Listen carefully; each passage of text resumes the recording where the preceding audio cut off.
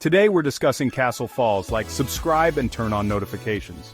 MMA fighter Mike steps away from professional fighting. Age and a serious shoulder injury have taken a toll. Struggling financially, Mike pleads with his manager for another shot. Desperate, he insists on one last fight. Exhaustion overcomes him, and he is defeated.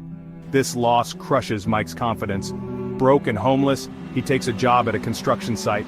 Mike looks for a purpose outside the ring. Richard faces financial challenges while caring for his daughter Emily, who has leukemia. Her medical bills are beyond his capacity to pay. Emily needs more chemotherapy, costing $400,000. With his insurance maxed out, Richard is in despair. In a federal prison, Lando gets into a heated dispute with Damon. The argument escalates into a physical altercation. At the construction site, Mike reflects on his steep fall from fame as an MMA fighter to working a menial, low-paying job. His boss scolds him for not staying focused, reminding him of the urgency to clear out Castle High ahead of its scheduled demolition.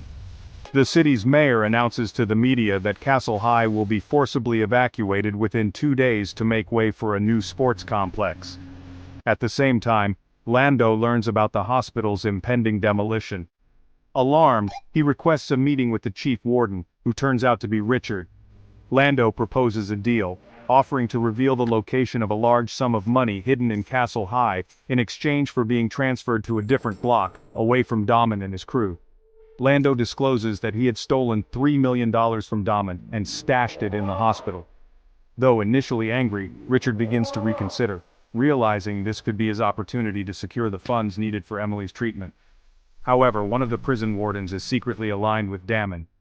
Learning of Richard's plan to transfer Lando, this warden tips off Damon, who in turn contacts his brother Deacon. Deacon runs Damon's drug operation on the outside and agrees to recover the hidden money.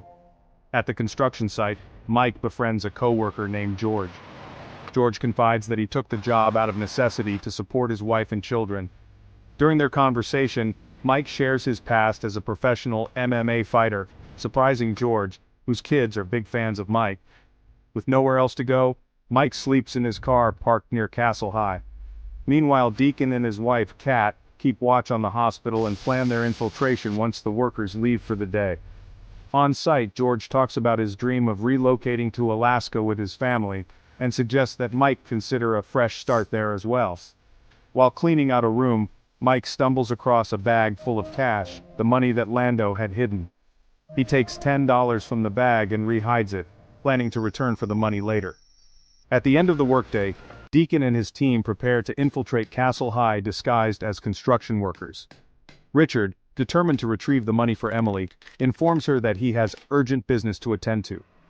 Mike realizes he left his jacket at the site and goes back, using the $10 bill he had earlier taken. Once inside, he retrieves the bag of money, unaware that others are closing in on it.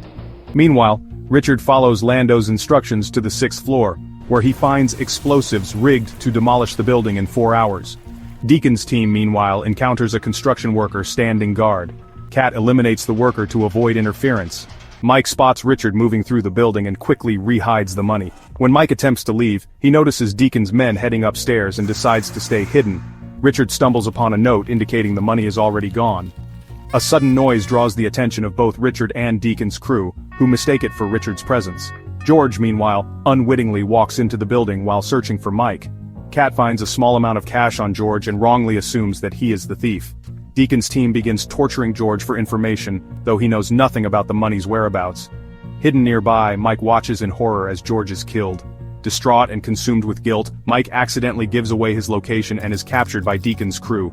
Determined to exact revenge, he manages to fight his way free, hiding the money again and defeating several of Deacon's men. Eventually he encounters Kat, who corners him. Mike escapes down a garbage chute only to be confronted by Richard, who demands the money at knife point. Mike denies knowing anything about it.